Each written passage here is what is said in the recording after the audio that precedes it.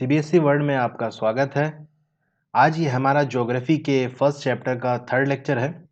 इसमें हम पढ़ेंगे resource planning. Planning is the widely accepted strategy for judicious use of resources. यानी resource का समझदारी से इस्तेमाल करने के लिए प्लानिंग करना बहुत ज़रूरी है। तो इसे बहुत ज़्यादा एक्सेप्ट किया गया है कि हमें प्लानिंग करना चाहिए ताकि रिसोर्सेज का सही इस्तेमाल हो सके। It has importance in country like India which has enormous diversity in the availability of resources. और इंडिया जैसे देश के लिए तो बहुत ज़्यादा ज़रूरी है, बहुत ज़्यादा इंपॉर्टेंट है, क्योंकि यहाँ पर अलग अलग तरीके के यानी डाइवर्स रिसोर्सेज हैं और बहुत बड़े अमाउंट में हैं, यानी रिसोर्सेज का भंडार है यहाँ पर। There are regions which are rich in certain types of resources but are deficient in some other resources. बहुत सारे हमारे देश के अंदर ऐसे इलाके हैं जो किसी खास तरीके के रिसोर्सेज में रिच हैं, यानी बहुत ज़्यादा रिसोर्सेज हैं, और वहाँ पर कुछ ऐसे रिसोर्स हैं जो जिनकी कमी है। तो ठीक है, कुछ रिसोर्स ज़्यादा हैं और कुछ की कमी है। There are some regions which can be considered self-sufficient in terms of availability of resources and there are some regions which have acute shortage of some vital resources.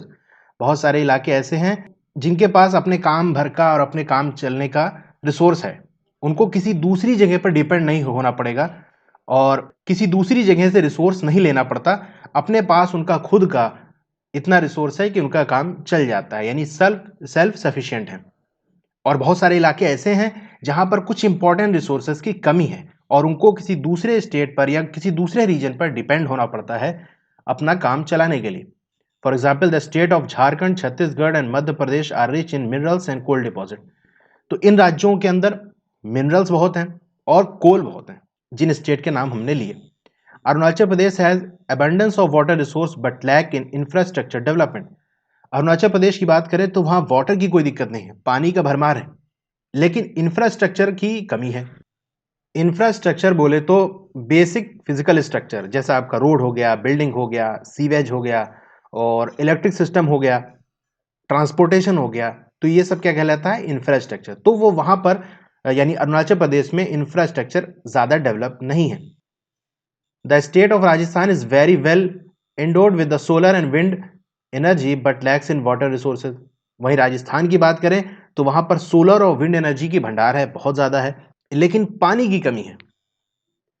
The cold desert of Ladakh is relatively isolated from the rest of the country. तो लद्दाख की बात करें, क्योंकि वो ठंडा इलाका है, इसीलिए वहां की जो डेजर्ट होती है उस पर बर्फ की लेयर होती है, इसीलिए उसको कोल्ड डेजर्ट कहते हैं। तो ये लद्दाख का इलाका वो देश से अलग थोड़ा माना जाता है।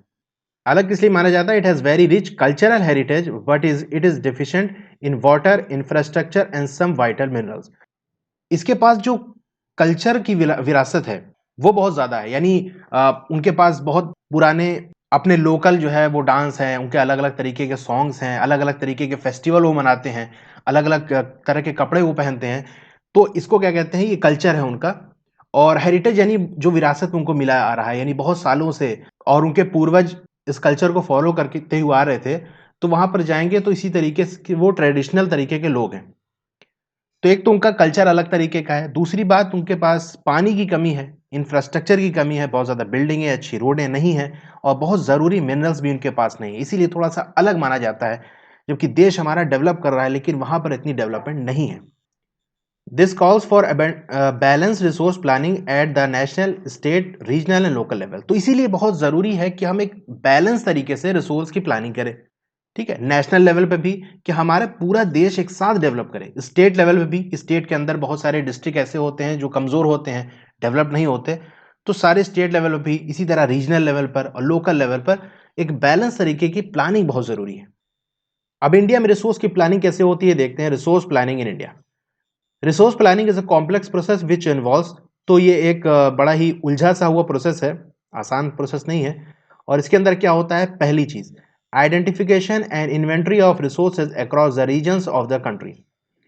तो पहली चीज क्या है कि आपको पहचानना, आइडेंटिफाई करना कि भैया कौन सा रिसोर्स है, और उसके बाद उसकी इन्वेंट्री यानी उसको जमा करके रखना। देश भर में जहां पर भी जो रिसोर्स मिल रहा है वहां से निकाला और उसको कलेक्ट करके रख लिया हमने। अब इसके अंदर क्या होता है, अभी आइडेंटिफिकेशन और इन्वेंटरी होता कैसे है, उसके अंदर क्या स्टेप्स होते हैं वो हम देखते हैं। This involves surveying, mapping. तो पहली बात तो सर्वे होता है कि वहां जाकर मशीनों के जरिए, और वहां टीम जाती है और देखती है कौन सा रिसोर्स कहाँ पर है, कितने दूर तक है, ये सारी चीज़ सर्वे किया जाता है। फिर उसका मैप तैयार किया जाता है। अभी देखें इसी चैप्टर के अंदर आपको मिलेगा कि कौन सी सॉइल कहाँ पाई जाती है, उसका मैप आपको दिया होगा, तो उसको कहते हैं मैपिंग। इसी तरह आप आगे बढ़ते जाएंगे, जब आप पढ़ेंगे कोल्स के बारे में और ऑयल फील्ड के बारे में, तो वहाँ भी आप मैप में देखेंगे कहाँ-कहाँ पर हमारे यहाँ कोल पाया जाता है, ऑयल फील्ड्स कहाँ पर हैं। इसी तरह रिसोर्सेज का एक मैप बना लिया जाता है, कहाँ पर रिसोर्स है, इसको मैपिंग कहते हैं। And qualitative and quantitative estimation and measurement of resources.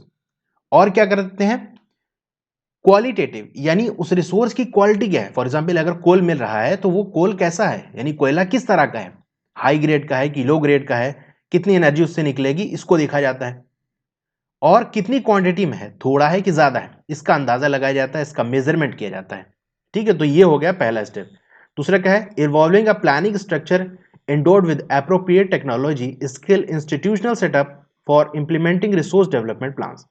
अब एक ऐसा प्लानिंग स्ट्रक्चर आपको बनाना पड़ेगा, यानी हमें किस तरह से रिसोर्स को पहचानना है, किस तरह से उसको जमा करना है, सर्वे कैसे होगा, मैपिंग कैसे होगा, ये पूरा करने के लिए जो प्लान बनाएगा उसका एक स्ट्रक्चर होगा।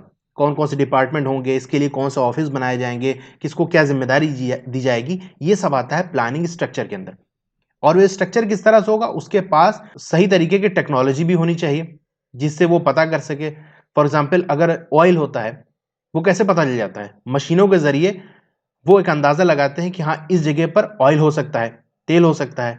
फिर वहां पर जो है ड्रिलिंग होती है, तो पता चलता है कि हाँ यहाँ पर क्रूड ऑयल है, या कौन सी तरीके की गैस है, या कौन सा मेटल है। तो अब ऐसी टेक्नोलॉजी आ गई कि जमीन के ऊपर ही से पता चल जाएगा हाँ कौन सा रिसोर्स है, और कितना अमाउंट का अंदाजा भी लग जाएगा। तो आपके पास प्लानिंग के लिए टेक्नोलॉजी भी होनी चाहिए और स्किल होनी चाहिए, यानी काबिलियत भी तो होनी चाहिए। अब हर कोई तो प्लानिंग नहीं कर सकता ना, उसके लिए उसको प्लानिंग का कोर्स उसने किया होना चाहिए और उसको ट्रेनिंग मिलनी चाहिए। अब वो कोर्स कहाँ से करेगा, ट्रेनिंग कहाँ से करेगा, उसके लिए क्या होना चाहिए, इंस्टीट्यूशनल सेटअप, ताकि एक ऐसा इंस्टीट्यूशन बने जो स्किल भी दे और इस रिसोर्स के डेवलपमेंट के प्लान को लागू भी करे। जैसे अपने यहाँ होता है डेवलप मिनिस्ट्री ऑफ डेवलपमेंट होता है ना, रूरल डेवलपमेंट, अर्बन डेवलपमेंट, इस तरीके के डिपार्टमेंट बने होते हैं। इंडिया की अगर हम बात करें, वो क्या करता है, वो एक ऐसा इंस्टीट्यूशन होता है जो आपके इस प्लान को लागू करता है कि प्लान कैसे लगेगा। प्लान बना तो लिया, अब वो प्लान कैसे लगेगा, उसके लिए पैसा देना, उसका सर्वे करना कि जो प्लान बनाया है वो कितना लागू हुआ है, वगैरह वगैरह। तीसरी चीज, matching the resource development plans with the overall national development plans. तो पहली बात, अलग अलग लेवल पे प्लान बनेगा। अब वो प्लान इस तरह होना चाहिए कि पूरे देश का विकास हो, पूरे देश का डेवलपमेंट हो। इसलिए जो नेशनल लेवल पर जो डेवलपमेंट का हमारा आइडिया है, प्लान है, उसके साथ ये लोकल वाले प्लान मिलना चाहिए। ऐसा ना हो कि दोनों अलग डायरेक्शन में जा रहा हो। India has made concerned effort for achieving the goals of resource planning right from the first 5-year plan launched after independence। तो जब हमारा देश आज़ाद हुआ था तो एक प्लान बनाया गया था तो भैया अब अंग्रेज़ों से तो हमने आज़ाद करा लिया, अब देश को किस तरह से लेकर चलना है, किस तरह से हमें देश को आगे बढ़ाना है, उसके लिए एक 5 साल का टारगेट था, एक प्लान बनाया था कि हमें ये करना है। तो उस 5 साल के प्लान के अंदर रिसोर्स प्लानिंग को भी बहुत अहमियत दी गई थी और प्लानिंग के बारे में बहुत सोचा गया था कि किस तरह से हमें प्लानिंग करनी है। The availability of resources is a necessary condition for the development of any region। किसी रीजन को, किसी इलाके को डेवलप होना है तो उसके लिए रिसोर्स का होना बहुत जरूरी है। रिसोर्स नहीं होगा तो डेवलपमेंट कैसे करोगे आप। But mayor availability of resources in the absence of corresponding change in technology and institutions may hinder development।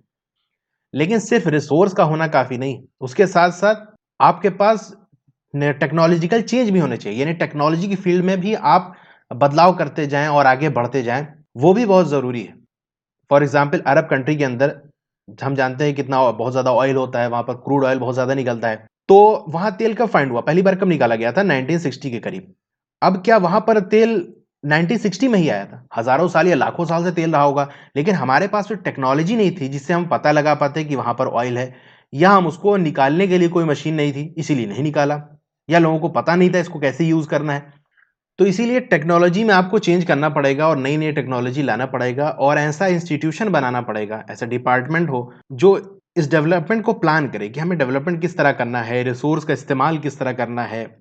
तो अगर टेक्नोलॉजी और इंस्टीट्यूशन नहीं होगा तो रिसोर्स के होते हुए भी आपका डेवलपमेंट में रुकावट बनी रहेगी। There are many regions in our country that are rich in resources but these are included in economically backward region. बहुत सारे ऐसे इलाके हैं हमारे देश के अंदर जो रिसोर्स के मामले में रिच हैं, यानी वहां पर बहुत ज्यादा रिसोर्सेज हैं, लेकिन आर्थिक स्थिति उनकी बहुत खराब है, यानी गरीबी है रिसोर्स के होते हुए भी। On the contrary, there are some regions which have a poor resource base but they are economically developed. वहीं उसके मुकाबले में बहुत सारे ऐसे इलाके हैं जहां पर रिसोर्स इतने नहीं हैं, रिसोर्सेज की कमी है, लेकिन वो इकोनॉमिकली डेवलप्ड हैं, अमीर हैं। Can you name some resource rich but economically backward region and some resource poor but economically developed region? Give reason for such a situation. तो भैया एग्जाम्पल के तौर पर समझ सकते हैं, झारखंड जैसे आप ले लें, तो झारखंड के अंदर रिसोर्स की बहुत भरमार है, रिसोर्स की प्रॉब्लम नहीं है, लेकिन वहाँ पर इतना अच्छा इंफ्रास्ट्रक्चर नहीं है, डेवलपमेंट ज़्यादा नहीं है। उसकी वजह यह है कि वहाँ के ज़्यादातर लोग तो ट्राइबल हैं, ठीक है, वहाँ के ज़्यादातर लोग आदिवासी हैं, और एजुकेशन के लिहाज से भी वो पीछे हैं, ठीक है, इलिटरेसी ज़्यादा है, जिसकी वजह से वो रिसोर्स का इस्तेमाल सही से नहीं कर पा रहे हैं। वहीं अगर मुंबई देखिए, तो मुंबई के अंदर क्या है, इतना कोई रिसोर्स नहीं है, लेकिन कितना डेवलप्ड है, वहाँ के लोग कितना अमीर है। The history of colonization reveals that the rich resources in the colonies were the main attraction for the foreign invaders. तो भैया ये कोलोनाइजेशन क्या होता है, पहले समझ लें कॉलोनी क्या होता है। किसी देश पर अगर कोई बाहर का कोई दूसरा देश पूरी तरह से या कुछ हद तक कब्जा करता है, तो वो देश उस देश की कॉलोनी कहलाता है। एग्जाम्पल से समझते हैं, जैसे ब्रिटिशर्स ने हमारे देश पे कब्जा किया था, ठीक है, अंग्रेज आए थे, कब्जा किए थे, तो हमारा देश क्या कहलाएगा, ब्रिटिशर्स की कॉलोनी है, यानी भारत एक कॉलोनी है किसकी, अंग्रेजों की, ब्रिटिशर्स की, क्योंकि ब्रिटिशर्स ने कब्जा किया था। तो जहां कब्जा होता है उसको हम कॉलोनी कहते हैं। तो जो कोलोनाइजेशन का इतिहास है, उसको जब हम पढ़ते हैं तो उससे ये पता चलता है कि कौन काहे लिए, किस लिए दूसरे देश आकर किसी दूसरे देश पर आकर कब्जा करते थे, उसकी क्या वजह थी। तो उसकी वजह यही थी कि वो दूसरे देश में देखते थे, अरे इनके पास बहुत रिसोर्स है, तो चलो जाकर वहां कब्जा करते हैं। तो वो चीज उनको अट्रैक्ट करती थी बाहरी लोगों को कि आकर दूसरी जगह पर वो कब्जा कर दें। It was primarily the higher level of technological development of the colonizing countries that helped them to exploit resources of other region and establish their supremacy over the colonies. तो भैया कब्जा करने के लिए ये बहुत जरूरी है कि आप ज्यादा पावरफुल हो, तभी तो किसी कमजोर देश पे कब्जा करोगे। तो उनके पास टेक्नोलॉजी अच्छी थी, ठीक है, टेक्नोलॉजी के लिहाज से डेवलप थे। फॉर एग्जांपल अंग्रेज आए तो उनके पास अच्छे अच्छे वेपन्स थे, उनके पास अच्छी गनें थी और तोपें थी उनके पास, जिससे उनको जो है कब्जा करना आसान बन गया था। तो ये टेक्नोलॉजी की वजह से वो लोग कब्जा कर पाए और यहाँ के रिसोर्सेज का इस्तेमाल कर पाए, उसका फायदा उठा पाए, और इसी वजह से उन टेक्नोलॉजी की वजह से ही वो अपनी सुप्रीमेसी जाहिर कर पाए कि देखो हम ही पावरफुल हैं, हम ही सुप्रीम है यहाँ पर। Therefore, resources can contribute to development only when they are accompanied by appropriate technological development and institutional changes. तो भैया रिसोर्स आपका डेवलपमेंट तभी कर सकता है जब आपके साथ ही साथ आपके पास अच्छी टेक्नोलॉजी भी हो और ऐसे इंस्टीट्यूशन हो जो जिसके जरिए आप डेवलपमेंट का प्लान बना सकते हैं, या ऐसे इंस्टीट्यूशन भी हो जो आपको वो टेक्नोलॉजी प्रोवाइड कर सके। फॉर एग्जांपल ऐसे इंजीनियर हो जो अच्छी अच्छी मशीनें बना सकें, तो वो कहाँ बनेगा, उनके लिए इंस्टीट्यूशन में ही तो होंगे। फॉर एग्जाम्पल इंजीनियरिंग इंस्टीट्यूट है, तो ये क्या काम करता है, इंजीनियर्स को पढ़ाता है, सिखाता है, ताकि वो नई मशीनें और नए चीजें डेवलप कर सके। India has experience all this in different phases of colonization. तो जब कोलोनाइजेशन हुआ हमारे देश का, हमारे देशों पर कब्जा किया, तो इंडिया ने ये सारी चीजें देखी कि हाँ, कि दूसरे देश के लोग किस तरह कब्जा करते हैं, वो क्या करते हैं। Therefore, in India, development is in general and resource development in particular does not only involve availability of resources but also the technology, quality of human resource and historical experience of people. तो इसीलिए हमने सारी चीज देखी और समझ ली और फिर कहा अंग्रेजों से अब तुम निकल लो, हम समझ गए हैं, हम खुद अपना काम कर लेंगे। तो इंडिया ने जो डेवलपमेंट किया है, अगर हम जनरल बात करें डेवलपमेंट, और खास तौर से यहां जो हम बात कर रहे हैं वो रिसोर्स डेवलपमेंट की बात कर रहे हैं खास तौर से, तो सिर्फ रिसोर्स डेवलपमेंट रिसोर्स के होने की वजह से नहीं हुआ, बल्कि हमारे पास टेक्नोलॉजी भी थी। अंग्रेज आए थे तो अपनी टेक्नोलॉजी वो अपने लिए ले आए थे, फॉर एग्जाम्पल रेलवे है और बहुत सारे जो काम कर रहे थे। अब जो जो डेवलपमेंट वो अपने लिए कर रहे थे अंग्रेज इंडिया के अंदर, उसके लिए लेबर कौन, यहीं के तो यूज हो रहे थे। तो जब अंग्रेज चले गए तो वो लेबर हमारे देश के लिए, अपने देश के लिए काम करने लगे।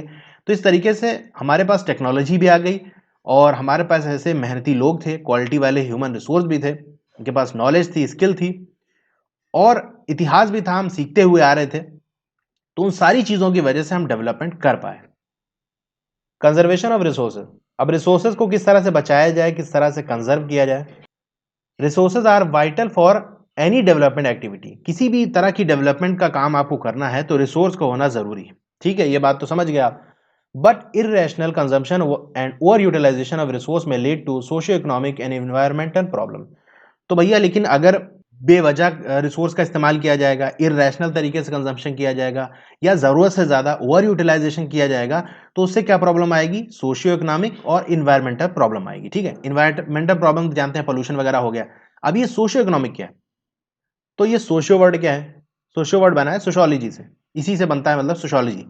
तो सोशियोलॉजी क्या है? Study of human behaviour. अब ये इकोनॉमी से रिलेटेड है, यानी आदमी कहता है ना कि यार पैसा आ गया तो बिल्कुल भाव ही नहीं दे रहा है, उसके हाव भाव बढ़ गए, उसकी चाल ही बदल गई, तो क्या करता है उसका बिहेवियर बदल जाता है पैसा आने पर। तो इकोनॉमी बहुत ज्यादा रिलेटेड है, इसीलिए दोनों वर्ड को मिलाया कि अगर रिसोर्स की कमी आएगी तो आपकी इकोनॉमी कमजोर होगी और इंसान का बिहेवियर बदल जाएगा। To overcome this problem resource conservation at various level is important. तो भैया अलग अलग लेवल पर रिसोर्स का कंजर्वेशन बहुत जरूरी है, ताकि हम इस मुसीबत से बच सकें कि रिसोर्स की कमी हो जाए आगे। This had been the main concern of the leaders and thinker in the past. तो पास्ट के अंदर जो हमारे लीडर थे और जो सोचने वाले थे, जिन्होंने देश को आज़ाद कराया, देश के बारे में सोचा, उनको यही बहुत बड़ी चिंता थी कि रिसोर्स का कंजर्वेशन किस तरह किया जाए। For example Gandhi ji was apt in voicing his concern about resource conservation in these words. तो गांधी जी, इसीलिए गांधी जी को भी चिंता थी, तो वो शब्दों में इस चिंता को किस तरह बताते थे? There is enough for everybody's need and not for everybody's greed. तो गांधी जी कहा करते थे कि हर किसी की जरूरत के लिए काफी है, यानी रिसोर्स की बात कर रहे थे कि हर किसी की जरूरत के लिए काफी है, लेकिन लालच के लिए काफी नहीं है। भाई लालची आदमी को तो पेट नहीं भरता, चाहे जितना दे दो उसको। तो जरूरत के लिए है, लालच को पूरा करने के लिए रिसोर्स नहीं है। He placed the greedy and selfish individual and exploitative nature of modern technology as the root cause for resource depletion at the global level. तो वो मानते थे कि जो लालची लोग हैं और मतलबी टाइप के लोग हैं, और जो मॉडर्न टेक्नोलॉजी जिस तरह से नेचर का नुकसान कर रही है, जैसे डेवलपमेंट के लिए हम पेड़ काट रहे हैं और पोल्यूशन कर रहे हैं, उसकी वजह से क्या है? रिसोर्स का डिप्लीशन हो रहा है। यानी यही बुनियादी वजह है, यही सबसे बड़ा कारण है जो पूरे दुनिया के लेवल पर, ग्लोबल लेवल पर रिसोर्स की कमी हो रही है। He was against the mass production and wanted to replace it with production by masses. और वो गांधी जी चाहते थे कि मास प्रोडक्शन ना हो। मास प्रोडक्शन मतलब एक जगह से ढेर सारा सामान बनता है, जैसे बड़ी बड़ी फैक्ट्री होती है, इंडस्ट्री होती है, तो वहां से बहुत ज्यादा हजारों लाखों सामान बनते हैं, इसको कहते हैं मास प्रोडक्शन। और प्रोडक्शन बाय मासेस का मतलब होता है अलग अलग लोग, यानी ढेर सारे लोग अपना अलग अलग सामान बना रहे हैं। जैसे आप हिस्ट्री में पढ़ोगे इंडस्ट्रियलाइजेशन वाले में, तो फैक्ट्रियों के आने से पहले हर घर के अंदर कपड़ा बनता था। यानी जो बहुत सारे इलाके होते थे जो जहां से कपड़ा बनता था, तो पता चला हर घर के अंदर यही काम हो रहा है, तो वो क्या होता था? Production by masses. लेकिन फिर फैक्ट्री आ गई तो एक ही जगह पर सब आते थे और कुछ लोग को रख लिया और वही लोग बनाते थे। इससे प्रॉब्लम क्या होती है कि भाई कुछ दिन बाद आदमी मशीन बनती है तो मशीन को ला लेता है और फिर मजदूर वहां से कम होने लगते हैं। फॉर एग्जाम्पल किसी काम को करने के लिए पहले 10 मजदूर लगते थे, अब मशीन आ गई तो भैया एक से ही काम चल जाएगा, तो बाकी 9 लोग का नुकसान हो गया ना। तो इसीलिए गांधी जी चाहते थे कि मास प्रोडक्शन ना हो, बल्कि ढेर सारे लोग अपना अलग अलग सामान बनाएं। At international level, the Club of Rome advocated resource conservation for the first time in the most systematic way in 1968। तो क्लब ऑफ रोम था ये, जो ह्यूमन के यानी इंसानों के भविष्य के बारे में एनालिसिस करता है। उसने वकालत की थी कि भैया रिसोर्स का कंजर्वेशन होना चाहिए। तो ये जो उसने प्लान दिया था, ये जो आइडिया दिया था इंटरनेशनल लेवल पर, ये सिस्टमैटिक तरीके से दिया था। वैसे तो पहले बात हो रही थी हाँ भैया बचना चाहिए, लेकिन इसने प्लान के साथ दिया था 1968 के अंदर कि हमें ऐसे ऐसे करना होगा। Subsequently in 1974 Gandhi ji Gandhian philosophy was once again presented by Schumacher in his book small is beautiful. और उसके बाद गांधी जी का जो आइडिया था उसको एक राइटर ने 1974 के अंदर, इसका नाम स्कमेचर था, अपनी किताब के अंदर लिखा कि गांधी जी का क्या आइडिया था रिसोर्स के कंजर्वेशन के बारे में। The seminal contribution with respect to resource conservation at global level was made by Brundtland Commission Report 1987। और एक योगदान, मतलब बहुत इंपॉर्टेंट योगदान, इसीलिए कहा है सेमिनल कंट्रीब्यूशन, यानी बहुत ही इंपॉर्टेंट योगदान रिसोर्स कंजर्वेशन को लेकर, वो किसने दिया था? एक रिपोर्ट बनाई गई थी, ब्रुंडटलैंड कमीशन रिपोर्ट, जिसको 1987 में पब्लिश किया गया था। तो उसके अंदर भी चीज़ों को समझाया गया था कि रिसोर्स का कंजर्वेशन किस तरह से करना है। This report introduced the concept of sustainable development and advocated it as a means of resource conservation, which was subsequently published in a book entitled Our Common Future. तो इस रिपोर्ट के अंदर क्या था, कॉन्सेप्ट दिया गया था सस्टेनेबल डेवलपमेंट का और वकालत की गई थी इस बात की कि रिसोर्स का कंजर्वेशन होना चाहिए। तो ये सारी चीजें एक किताब में लिखी गई थी, उस किताब का नाम था our common future. Another significant contribution was made at Earth Summit at Rio de Janeiro, Brazil in 1992.